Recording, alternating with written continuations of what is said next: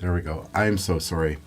It's just one thing after another today. All at the last second, I got freaked out because I sent the stream to YouTube and also to my more sort of public personal profile on Facebook instead of my fan page. So sorry for those of you who have had to meander to get here. Okay, it's still, people are still saying there's still no sound, but there should be sound now. Yeah. I mean, I'm sending sound through my system. Yay. Okay, there we go. Can you hear me okay? Let me know. Please let me know. We tried something different this time, so I've got a special guest in the studio. Now it works. Okay, sorry about that, folks. Like I say, it's always fun and games. It's live television. So I have a special guest. That was, of course, the amazing Sean Hall. You saw in that opening video.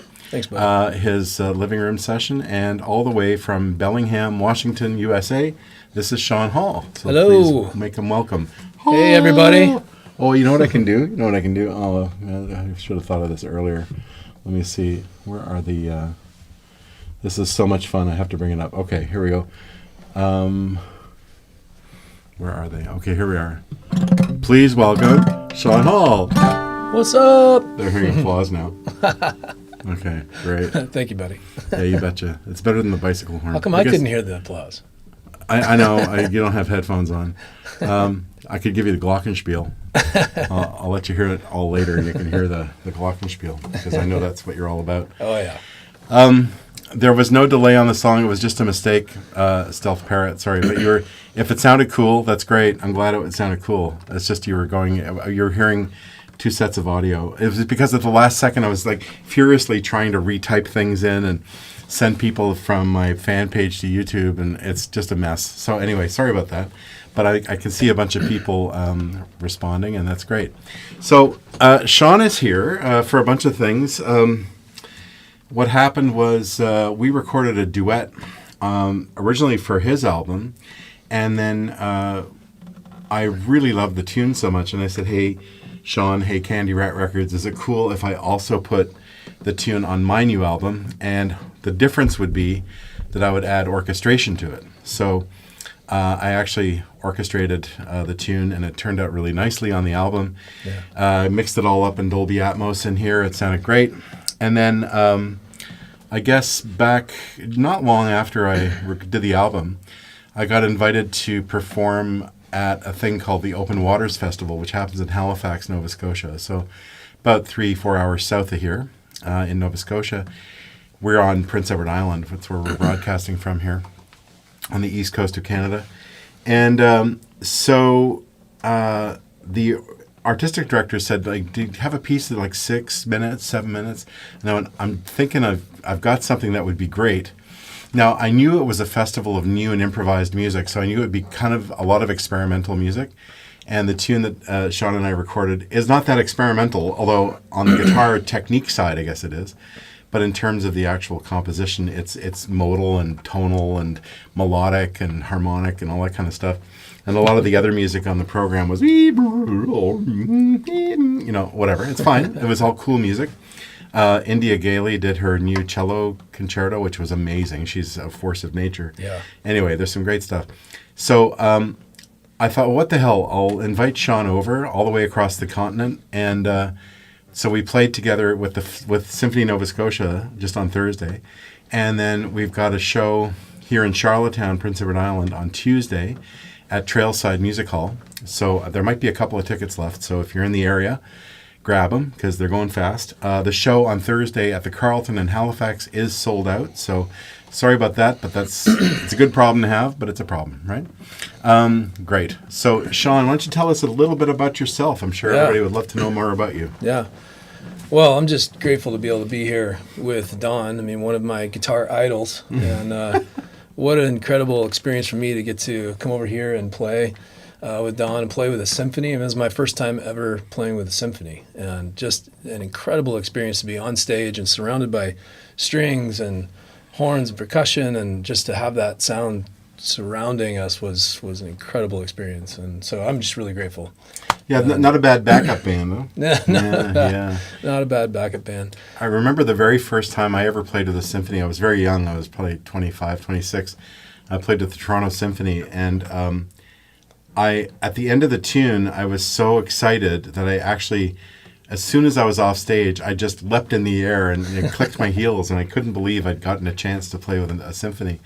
And in the interim, I've done a number of orchestral shows, and they're always a lot of fun. They're an enormous amount of work to put together. They're big logistical hassles, but they're a lot of fun. They're a lot of fun to do. So anyway, I'm glad that we got a chance to do that together, and people got to hear your music and all that kind of jazz. Yeah, what so an experience. So where'd you grow up? So I grew up Dallas, Texas, and moved away from there when I was about 10. Moved to Colorado with my family, and so kind of middle school, high school, college years were in Colorado, and then kind of traveled the world with a singer-songwriter band for quite a while, and wound up settling in... I heard you played over in Soviet Georgia. Did? It's a long story. We won't get into it. It's a long story, a fun story. I had the chance to travel the world and did that for about 10 years, touring all over, and then wound up settling in Washington State, which is where I live now, and have lived for 23 years now. And so pretty great to be over on the East Coast. Yeah. For those of you who don't know North American geography as well as we're forced to,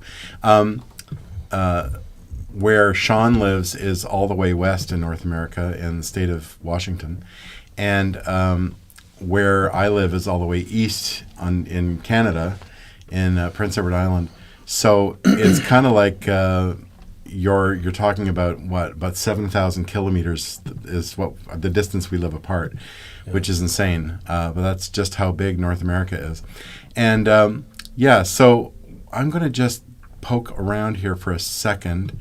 I know that this caused problems before, but I just want to make sure that if anyone, I got to turn this volume down. Okay, here we go. Just in case anybody makes comments on the Facebook stream of this, let me know if there's any audio issues now that I've got Facebook here on my screen, because sometimes it adds some weird doubling of the audio. So Corey, you made it to the show in Halifax. That's fantastic. Oh, it's your birthday too. That's fantastic. Happy birthday. You first saw, what does it say here? God's hiding behind there. I saw you, Don, over 16 years ago. Wow, and that was also a birthday present. 16 years ago when I was only 13. And Shane is coming to see us at the Trailside on the 16th. That's wonderful. Awesome. Irvin Guitarist says, "Go Sean." Hearing both of you is great. Thank you. Yeah, okay, cool. So you grew up in Texas, moved to Colorado, ended up in Washington. Yep.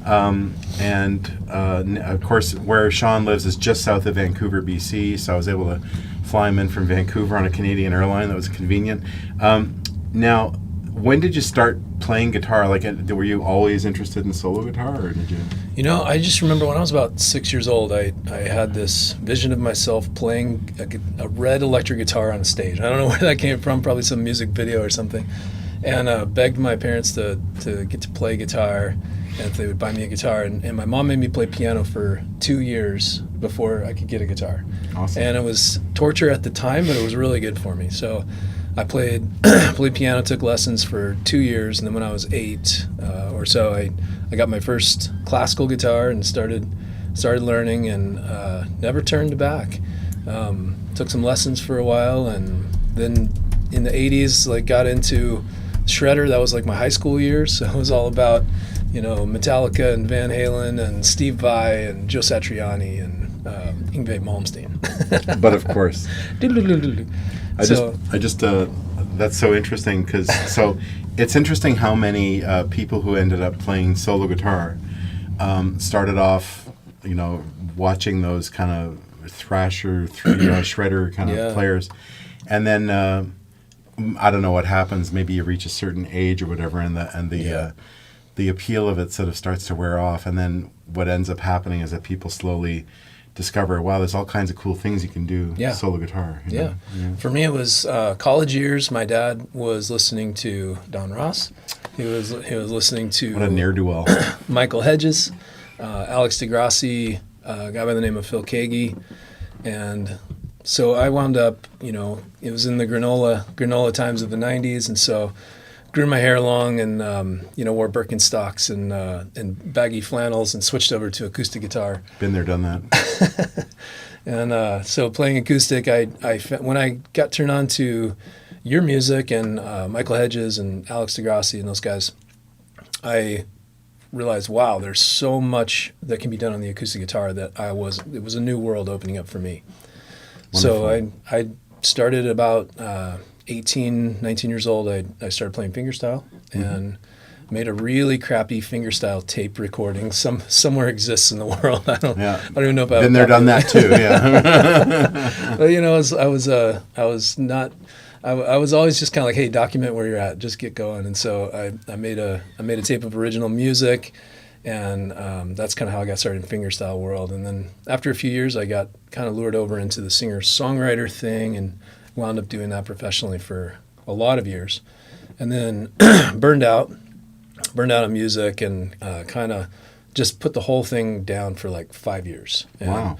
Didn't even touch a guitar for 5 years and thought, okay, those years are behind me, and focused on my business.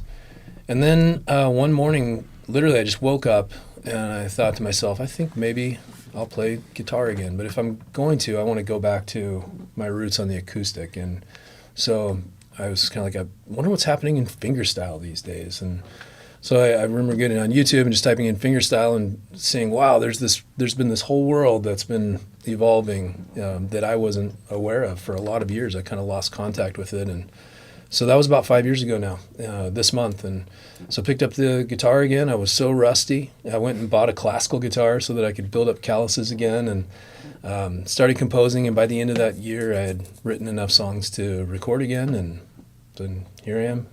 Amazing. And so, and in the interim, you managed to get the attention of Rob Poland over at Candy Rat Records, and that's great because, certainly, especially, when things were a little more concentrated, I guess there wasn't so much content out there on the internet. Certainly, Candy Rat had its huge heyday there in like the 2000s and into the 2010s and stuff. And it was a label, I guess it was started because I needed a way to release records. And so this fan, Rob, decided that he would start his own label and put me on there. And of course, he signed people like Andy McKee and Callum Gray and Brooke Miller and Jimmy Wallstein and this guy. And it's still a going concern, of course. Things have changed a lot, of course, with now streaming being the norm, which is one of the reasons why I decided to do my last record without a label, just because I just thought, these days you can do that. And so anyway, I did the crowdfunding. You know all about that. So you have a question. First of all, you have a big fan from St. Catharines, Ontario, Brian Smith, watching. And hey, also, thank you, Brian. and Castine likes hearing your life story. So Stephen, who goes by Stealth Parrot here, he says, what guitar are you playing? This one here is my custom Irvin, and it's a signature model that Irvin Guitars out of Bremerton, Washington, designed with me. It's a small jumbo, but with an extra deep body, some additional bracing so that I can beat on it, and kind of made to my specs. It's even got your little bear on it. It's even got my logo bear, my little bear. Lovely. That's great. I sent a picture of Sean and me in our monkey suits getting ready to play with the orchestra the other day, and Brooke says something like, "Oh, you guys you could be related." She says, "You're both so handsome, and you're both bears." She said. Now, I have some questions myself. Yeah. You do a lot of weird things, things that I haven't ever ventured into. I mean, not only do you use altered tunings, which of course is a big part of what I do, but you also use all these bizarre capos, and it's kind of funny. Like, we were chuckling last night about how some people use capos. Enough said. But you do a really interesting thing.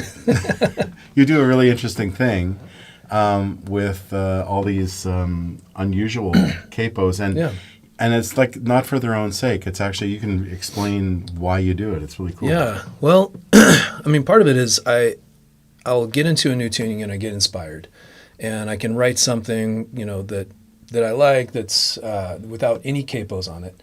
And then maybe another song I can start to get in that, but then I start to get kind of bored with the tuning, to be honest. And so then capos, like putting some interesting capos onto it, kind of makes it interesting for me again, almost like another alternate tuning, but I don't have to retune the guitar in between, like when I'm playing live. So that's how I kind of started with it. I remember even back when I first started playing fingerstyle, I had one of these spider capos, but it was kind of like a wraparound spongy kind of thing, but you could adjust it. Yeah, I think I tried one of those back in the 80s. Yeah. And then I made some of my own capos back before they were doing these partial capo. Like this one here is a partial capo, and it only capos 3 inner strings, and it leaves the outer string open. This is one of the new spider capos that is a clamp-on, so it's much easier. So the difference between them is that this one will, like, depending on which cut capo you use, it'll stop only certain of the strings at the frets. But then this one, you can actually customize which string. Like you can have, like right now, it looks like you have, if I'm reading this right, you got string 6 capoed and string 4, or am I seeing that wrong? 5, 4, it's the other way 2. around. It's the other way around. Yeah. Okay. So right now, strings 5, 4, and 2 are capoed at the 7th fret or something? 7th fret. And then the other strings are open. So in a way, it's kind of like standing the idea of open tuning or altered tuning on its head. It's instead of loosening the strings and keeping all the strings the same length in order to come up with an interesting tuning. Instead, you can use capos to stop your strings at higher pitches, and you can either do that with standard tuning or you can do it with an altered tuning, and that seems to be the latter that you do a lot, right? Yeah, exactly. It's all with altered tuning, and sometimes 2 capos, sometimes 1. This one I have, it's only capoing 1 string back here, believe it or no, 2. No, just 2 strings, sorry. Because 1 is being capoed up here at the 7. So it's open, 7, 2, 2, 7, 7, open. And if you were just using no capos at all, if your strings were open, what would you be tuned to right now? So this tuning is a weird one. It's like, it goes C, G, D, F, G, E. Oh, wow. So it's like sounds like what they call a 4/5 chord kind of thing, or an 11th chord. Yeah, and I had this kind of like the song that I'd written already in this tuning.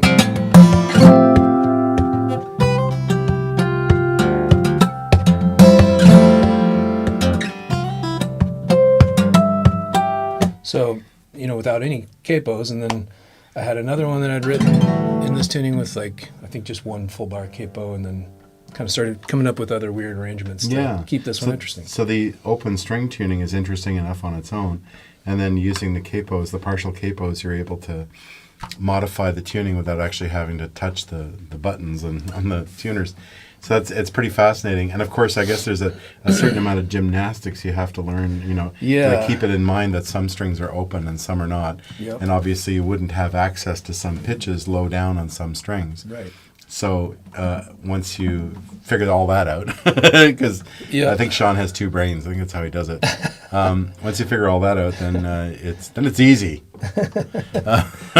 Yeah, there's some jumping because on the back of the guitar, where you normally can slide your hand, I don't know if you can see that, but you can't, right? You got to jump around. So, it keeps it interesting. For sure. A couple more questions here. Alexander, who lives in Sweden, but who's originally from Novosibirsk. He's been a follower for a long time. Hey, Alexander. He's mentioning that the Irving Guitar Luthier is on the chat, so that's cool. All right. Hey, Wayne. His name's Wayne. He's on there somewhere. Hey, Wayne, you're on there somewhere. And Corey says, after listening to Mesmerized, I ordered a Shub capo, and it's changed my world.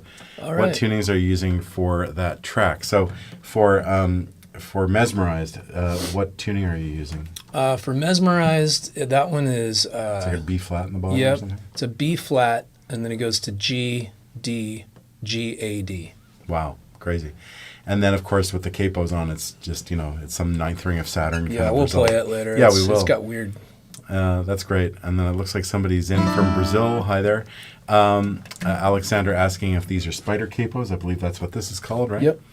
And then Corey asks, what tunings are you both using? Okay, so Sean told you about his B-flat tuning. And then what I do is I play just in drop D tuning, but I play with the capo at the 3rd fret because the piece is actually in the key of F. So it's kind of interesting how, you can have two guitars that are tuned completely differently, and then one has 97 capos all over the place, and I'm just using the one capo and across all 6 strings, and then playing in a more traditional way, playing the full length of the string after the capo, and then I'm thinking in D because I'm playing D positions, so I'm sort of transposing, but I sound in F because of the capo at the 3rd fret. We'll play the tune towards the end of the session today, so you'll get to see what we mean, all right? And Irvin Guitars is saying, yes, I'm here and so honored and grateful. That's lovely. Thanks, Wayne. Glad you could be here, Wayne. So can I request you play a solo tune? Oh, yeah, man. That would be lovely. So we're going to be spending some time recording over these next few days. And so thought I'd play a couple ideas that I've been working up. This one is still not named, so still looking for a name. You can always give me some inspiration in the comment. So yeah, this song, we might even do a duet on this one. We'll see how it goes, but I kind of like playing with this rolling bass.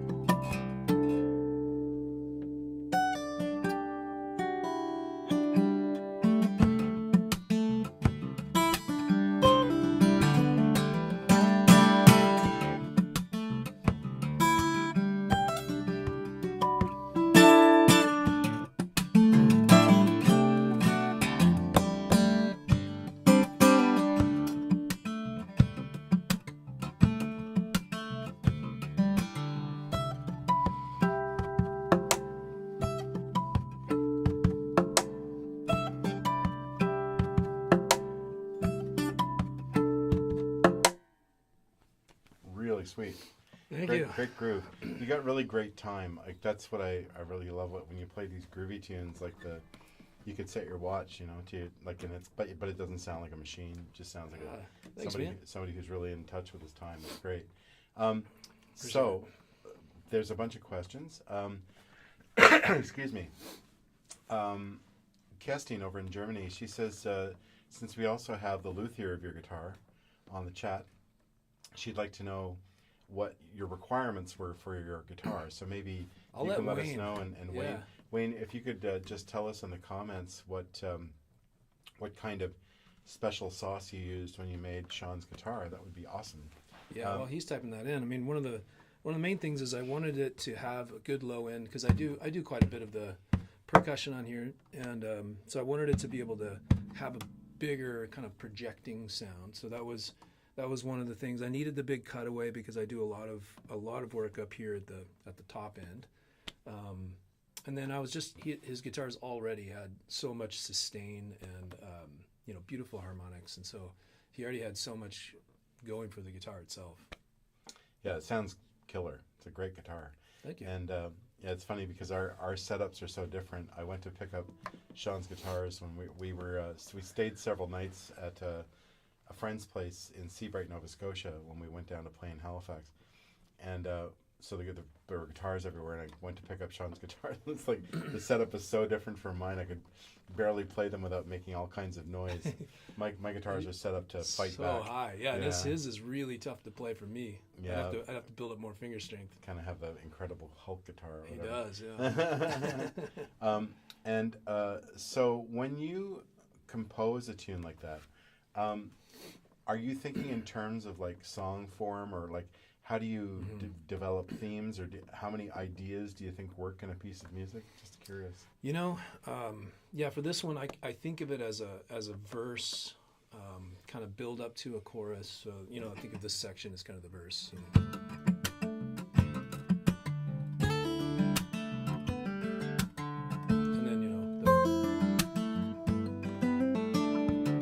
And then I think of a sort of a bridge build up.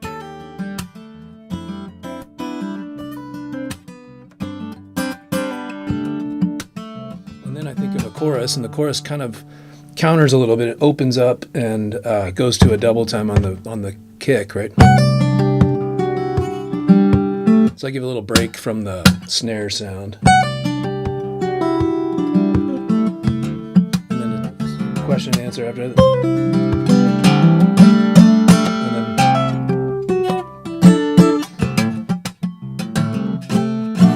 So then it gets out of that, and then I've got the sort of refrain section, which softens, but has this ascending melody. So yeah, basically it was verse, pre-chorus, chorus, verse, pre-chorus, chorus, and then it has this refrain.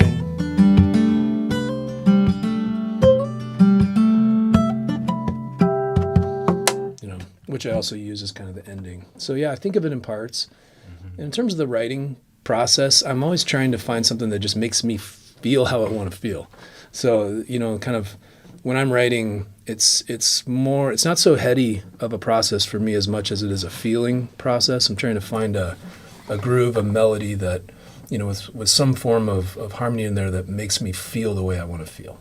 And what I found when I was starting to write a lot of solo guitar tunes earlier on was that I was unconsciously writing using kind of a song form.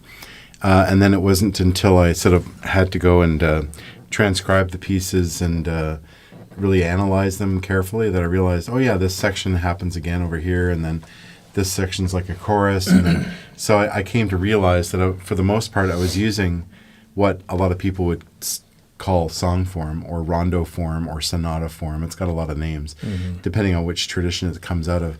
But I mean, everything from like a movement of a Beethoven symphony to a Beatles song, they all kind of have almost the same overall kind of form. So probably when you talk about verses and choruses and all that kind of stuff, you have to think that way, I think, in order to write a memorable guitar tune. Yeah. Because there has to be theme and development, but there also has to be the right amount of repetition. For sure. So that you have the verses and choruses effect. and because repetition in music is what makes it memorable, when a part comes around again and you say, oh God, I love this chorus, it's there for a reason. So it's not just a linear thing. I mean, you can write music that's linear. It's a little harder to get a grasp of. So Kestine says your guitar sounds wonderful. Oh, and thank you. Wayne wrote on there. Yeah, Many Vibes says a beautiful guitar. So Wayne says, as far as the what was sort of asked of him in terms of making Sean's guitar, he says as percussion and fingerstyle. Sure, as percussionist fingerstyle, as Sean is saying, we stayed with my SJ model, so the small jumbo, but added some depth to the lower bout. Okay, so he voices all his guitars by ear and tapping, and so he made some adjustments. So yeah, if you've ever seen any footage of a luthier putting a guitar together, they do these tap tests on the various pieces of wood, especially the back, to make sure that it rings the right way, and it'll sort of project the sound back through the sound hole really well. And of course, the top is mostly what you're hearing when you hear a guitar. So, but the top has to reflect somewhere, and that back has to ring a certain way. It's really cool. I don't know anything about making guitars, not a single thing. So I'm mostly just making that whole thing up. But I think that's close to how it works. And Wayne also says it's a 25.5-inch scale, which is about 65 centimeters. And a 1 3/4 inch nut. Okay, so a relative, like it's more like a standard width nut, 1 3/4, or is 1 3/4 a little wider? I can't remember. I can never remember. I know that my guitars, the nut width is a bit wider than on your usual steel string guitar, but not as wide as say on a classical. You got those big bear paws. Yeah, I know. That's right. These clod hoppers here. Dexter has a nice comment there. My two favorite guitarists are together. Will you be possibly doing an album together? Oh, that's really sweet. Thanks, Dexter. So like Sean said, we're going to do some recording here. Sean is very prolific as a writer, so he's got lots of new music. And part of what I offered, to do for him on this trip was to do some recording with him. So we'll record as much as we can in the next few days. And then usually what works best is if I can sit with, especially when it's so much new music, if I can just sit with it and absorb it and say, start thinking to myself, how could I add to it and not take away from it? Like, what could I do that would make this piece even more interesting? It might be totally strong on its own, but what can I do that would actually contribute, right? So that's what happened with Mesmerized, the tune that we recorded together. As a solo tune, it was really strong. It was really beautiful. But it was interesting because I felt like there were parts. Oh yeah, he's sort of concentrating more on the percussive elements here, and this other part, is really beautiful. But it could have like a solo over it. That's kind of how I approached it. And so that's how the compositional part of it went, was that I came up with a form for a second part that worked really well. So we're really pleased with that. So we'll see if some of that happens again after we get some of this stuff recorded. Urban Guitars is saying that the neck width is a bit wider than normal. Okay, great. And Kestine says in her next life she'll become a luthier. There you go. Alex says, what kind of wood is your guitar made of? Spruce and Indian rosewood. The classic combo. Yeah, the classic. That's most luthiers will tell you there's just nothing wrong with spruce and rosewood. They sound great together. Yeah. So. Antoine Defour actually said, for your first one, just go with the classic. And then he's like, go redwood after that and, mix it up. But for your first one, do that. Yeah, you should always have a spruce and rosewood guitar somewhere. If you've got more than one. If you only get one, you should get a spruce and rosewood. This one is spruce and cocobolo. Sort of slightly fancy. It's a relative of rosewood, but I think it's South American, this one. But it's not, obviously, because that's kind of verboten these days. Yes, Wayne is saying it's East Indian rosewood back and sides and a Sitka spruce top there. More specifically, that is a much more thorough answer than what we gave. Many Vibes is asking, speaking of recording, what mic is best for recording acoustics? That's a matter of opinion, of course. There are so many microphones that are so good, and they are all a little different. It's kind of like, do you like Do you like chocolate with not so much sugar? Do you like lots of cocoa? Do you like it with a bit? Do you like milk chocolate? So this, you can't quite see it in the shot, but just out of the picture here, that was intentional, so it wouldn't clutter the shot. Is a Rode NT4 microphone. So it's a stereo XY pattern microphone. It's actually 2 microphones, and they're in an XY pattern, and they're kind of like automatic stereo phased. They sound great, so they're in phase with each other. And I've been using this mic for close to 20 years on almost everything I've recorded, and it just doesn't give up. It always sounds amazing. When Rob started Candy Rat, and he was getting artists to come in to his studio and make videos and stuff like that, he said, what should I, he asked me a bunch of questions, which digital audio workstation do you use? What kind of mics do you use? So I suggested he get an NT4. So if you watch the very famous drifting video by Andy McKee, you'll see that there's an NT4 stereo microphone in front of his guitar. So they work great. There are, of course, all kinds of other ones that also work really well. But if you want something that's kind of foolproof and that just sounds like $1 million, that a lot of professional audio engineers really swear by, the Rode NT4 is great, and it retails for like $600 US. It's not a ridiculously expensive microphone, and it's actually 2 mics, so it's such a deal. But I've tried other things too. On my PS15 record, I used a pair of matched 414s. It's an AKG microphone made in Austria, and I actually used a Rode K2 microphone as a center channel microphone. So I went with 3 channels on that and tried to mix them carefully so that you got almost a 3D kind of effect in stereo. So there's a lot of different ways of doing it.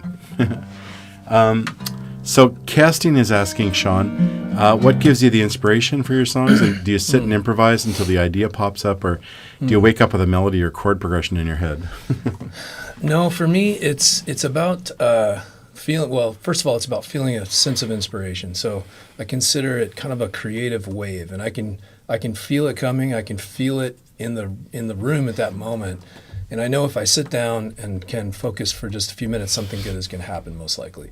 And it's some sort of feeling of inspiration, and then from there, I just kind of pick up the guitar and start to fiddle my way through melodies. Sometimes with like a groove to it or something, but oftentimes it's just trying to find something that is that triggers this sense of like, yes, for me, like, hell yeah, there it is. There's something that will kind of lock in, and then developing that theme. So then finding, melodies, chord structures kind of come organically through that process. So like this tuning that I'm in here, I kind of started. I did have this idea of I got a guitar. I was so lucky. I got a guitar lesson when I was 19 from a guy by the name of Phil Kagi, and he is a guy who has no middle finger on his right hand. It was torn off in an accident, and he developed this technique that's kind of this. I call it sweep tapping. I don't know what he calls it, but I've never seen anyone else do it, and it's basically it's kind of like strumming. Use it on the harmonics, and I found this tuning with this 4-string capo on it, and I liked it. Kind of made this lush chord. Minor 11th for the win. Minor 11th, represent. So I started fiddling around with a new technique with my thumb just to see what it would sound like if I combined some sweep tapping with a little bit of percussions, and I came up with a.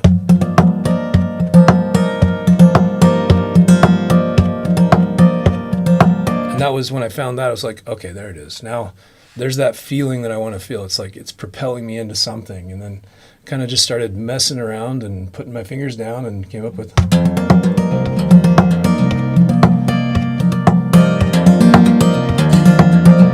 kind of, what would that sound like elsewhere,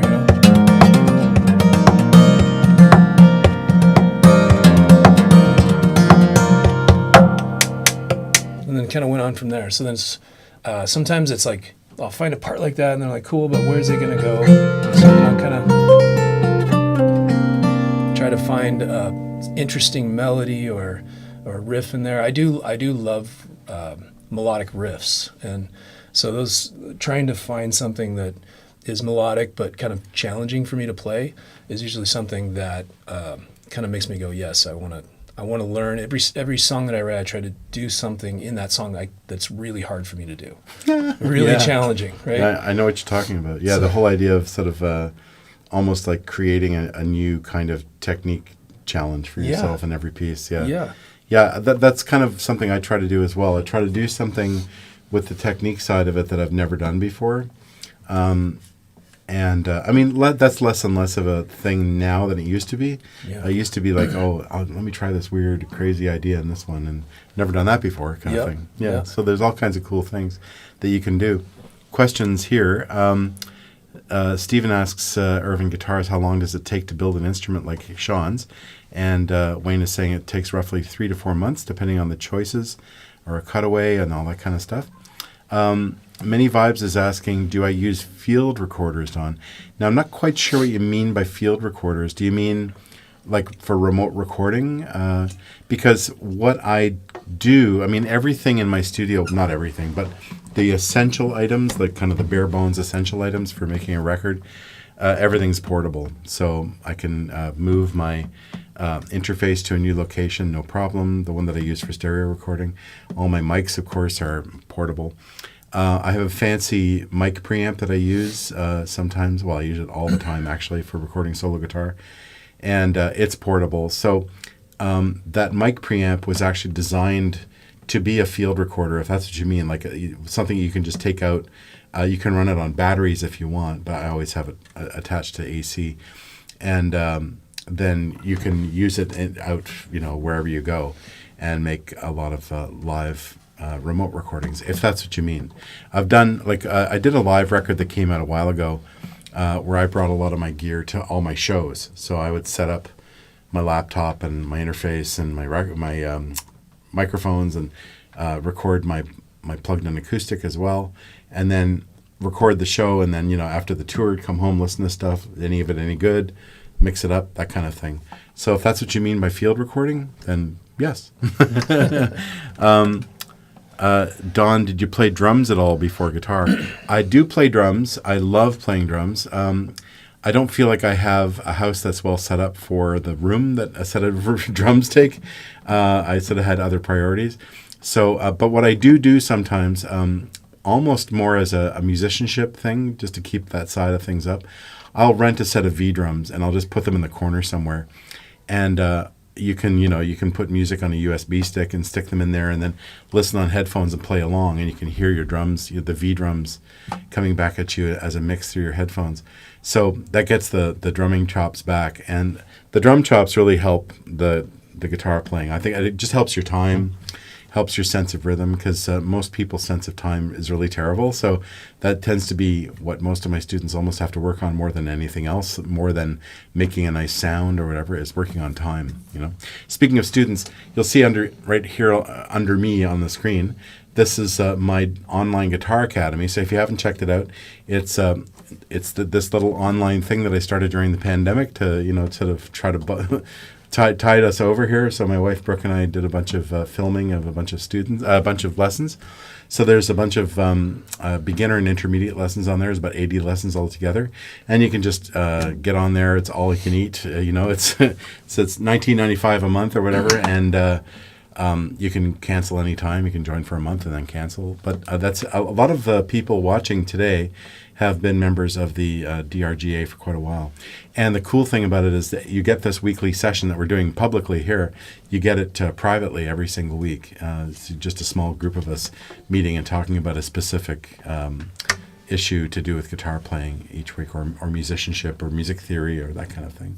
Or these lovely meetings with musicians and guitar builders and that kind of thing from all over the world. So yeah, we've had everybody on, Callum Graham, Andy McKee, Caroline Langendijk, Eula Milishka, Janet Noguera, Thomas Lieb, Michael Greenfield, Mark Beneteau, Linda Manzer.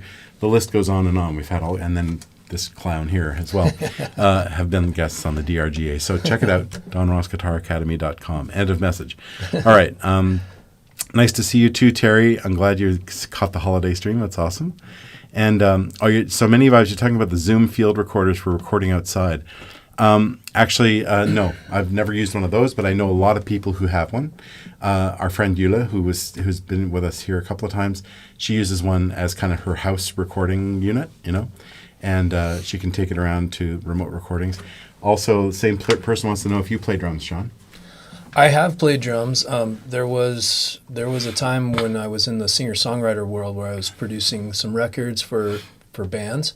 And so I knew enough to be able to play parts in the studio. I was never like a live drummer, but I could hold down a good groove and do some fills or whatever. So I played enough kind of keys and bass and drums to be able to get along in that world.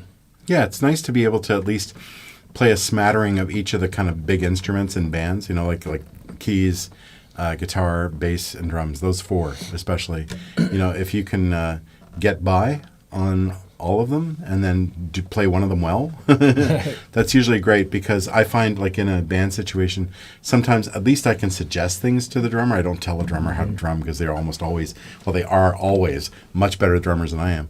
But at least I can say, oh, do you want to try side stick, or you want to try, I don't know, like eighth notes on the hi-hat or whatever. I can talk shop with them a little bit just to make suggestions, but it's up to them ultimately. And or I can suggest an inversion of a chord to the bass player that they might want to try, or whatever. The keyboard player and I can talk the same harmonic language. It's all good. Great. And Castine's recommending the DRGA. Thank you very much, Castine. Mm-hmm. You're a lifer. You've been there right from the beginning. Great. And Many Vibes says your tats are awesome. Thank you. He's got way more than I do. I've only got the two. He's like, you look like a sailor from the 1980s. Thank you. Yeah, appreciate it. Could you play one more solo tune for us, do you think? Yeah. And then we can do a duet to finish off. Yeah, well, I'm in this tuning, so I'll see if I can pull it off. All right. This is another one of the brand new ideas.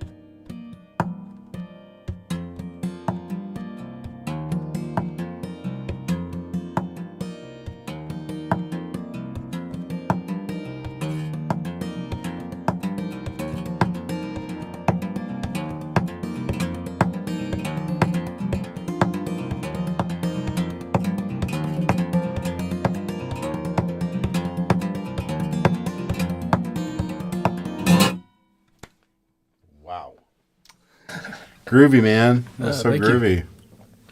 Thank Really you. Nice vibe. Nice time feel. Got a few more questions. Kerstin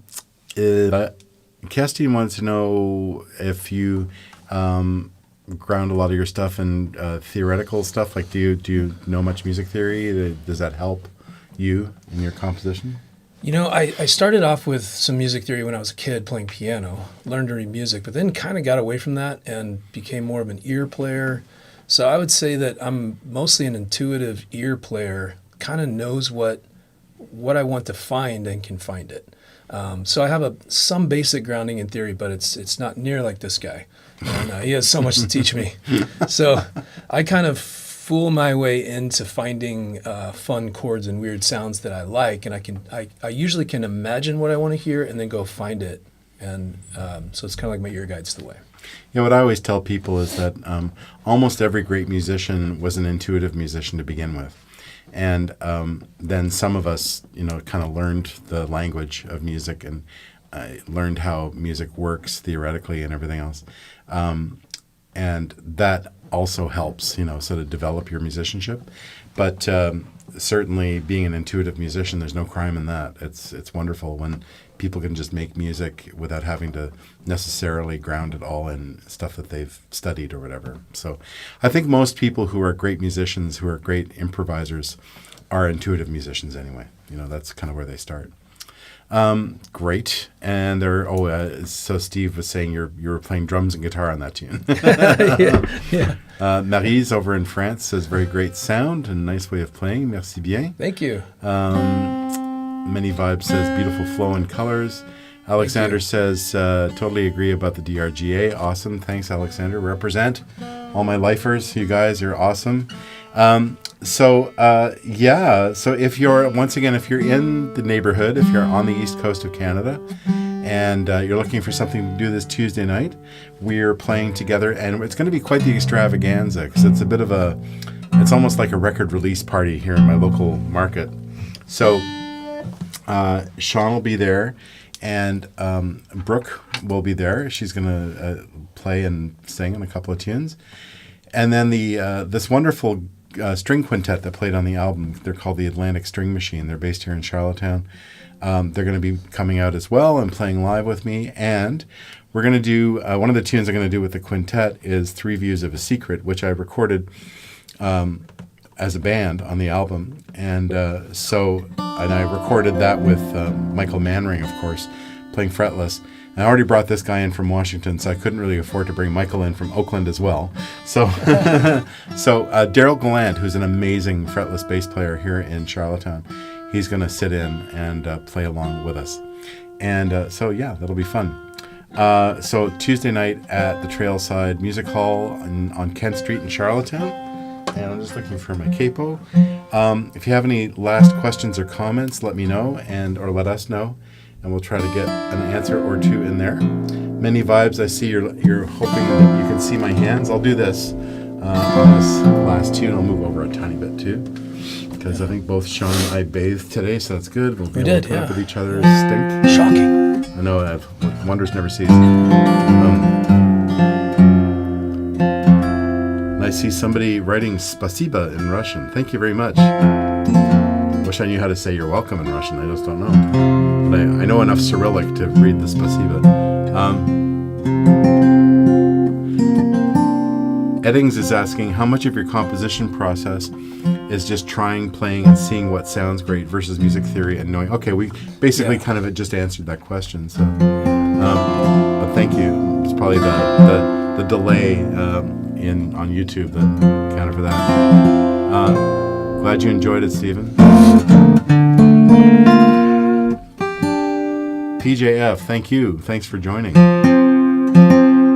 Always nice to see you out there. Could I get some notes from you? I'll just check my tuning.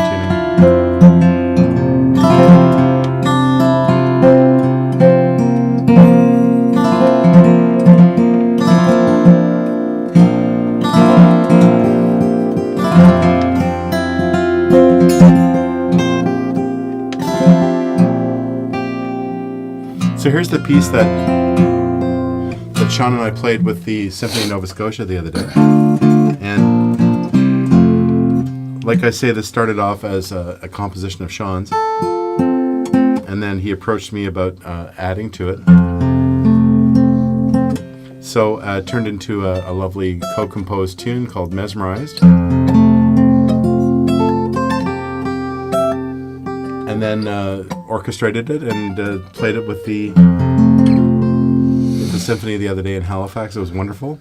It was a remarkable performance. It was really great. It turned out really well.